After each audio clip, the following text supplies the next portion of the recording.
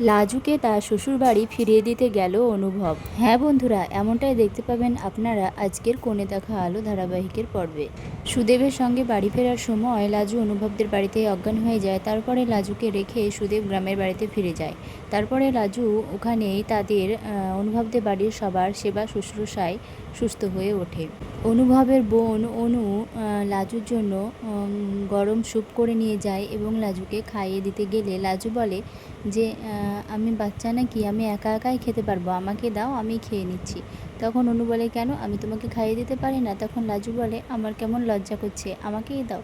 তখন অনু বলে যে আমি যদি অসুস্থ হতাম তাহলে তুমি কি আমাকে খাইয়ে দিতে না? বলো তাহলে, হা করো, আমি খাইয়ে দিচ্ছি। তারপরে অনু লাজুকে খাইয়ে দেয়।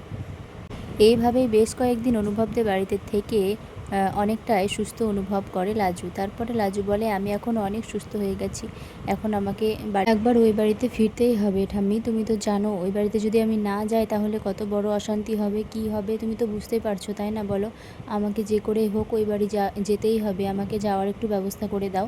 তখন ঠাম্মি বলে আমি তো সবই বুঝতে পারছি লাজু, কিন্তু অনুভব সেই তো নাছোড়বান্দা, সে কি রাজি হবে? তাকে বলে একবার দেখতে হবে।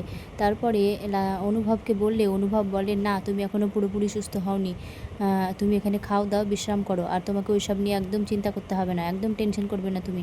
এই বলে অনুভব চলে যায়। তারপরে ডাক্তারবাবু আসেন চেক আপে লাজুর, এবং লাজুকে ঠিকঠাকভাবে চিকিৎসা করে বলে আপনি আগের থেকে অনেকটাই সুস্থ আছেন। তখন লাজু বলে আমি তো আগের থেকে অনেকটা সুস্থ আছি, আমি একবার ওই বাড়ি যেতে পারবো না? একবার অনুমতি দেবেন না? আমার ওই বাড়িতে যাওয়ার খুব দরকার আছে, আর্জেন্ট।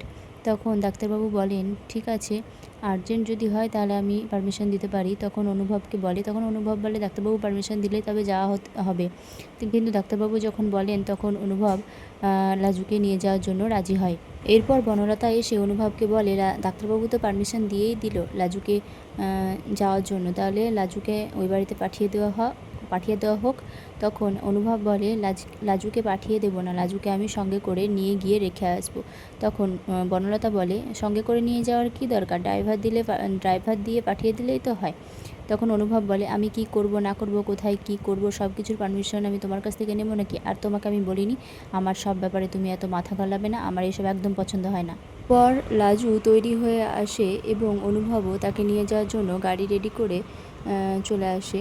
তারপরে অনু বাইরে এসে দেখে লাজু পুরো রেডি হয়ে গেছে এবং গাড়িতে উঠছে। তখন বলে যে ও তুমি তৈরি হয়ে গেছো, ঠিক আছে, সাবধানে যেও, হ্যাঁ, ভালোভাবে নিজের শরীরের যত্ন নেবে, একদম বেশি কাজ করবে না, পড়াশোনাটা সব কিছু ঠিকঠাকভাবে করবে, আর টেনশন একদম করবে না, এই সব বলে সাজেশন দিতে থাকে লাজুকে অনু। তারপরে অনুকে যাওয়ার কথা বললে অনু বলে না রে দাদা ভাই, আমি যেতে পারবো না, আমার পরীক্ষা আছে, না হলে যাওয়া যেত, এই বলে অনু এরকম বলতে থাকে অনু। তারপরে বনলতা এসে লাজুকে এটা সেটা বলতে থাকে। বনলতা বলে সাবধানে যাওয়ার কথা এবং মন দিয়ে সংসার করবি, এইসব বলতে থাকে। তারপরে বলে আমার যাওয়ার ইচ্ছা ছিল, জানিস তো অনুভবই বারণ করলো তাই গেলাম না। এটা বলার পরেই অনুভব বুঝতে পারে যে বনলতা এখানে থাকলে বকেই যাবে, অনেক কথা বাড়বে, তাই গাড়ির কাজটা তুলে দেয় এবং বনলতা আর কিছু বলতে পারে না। তারপরে তারা বেরিয়ে পড়ে।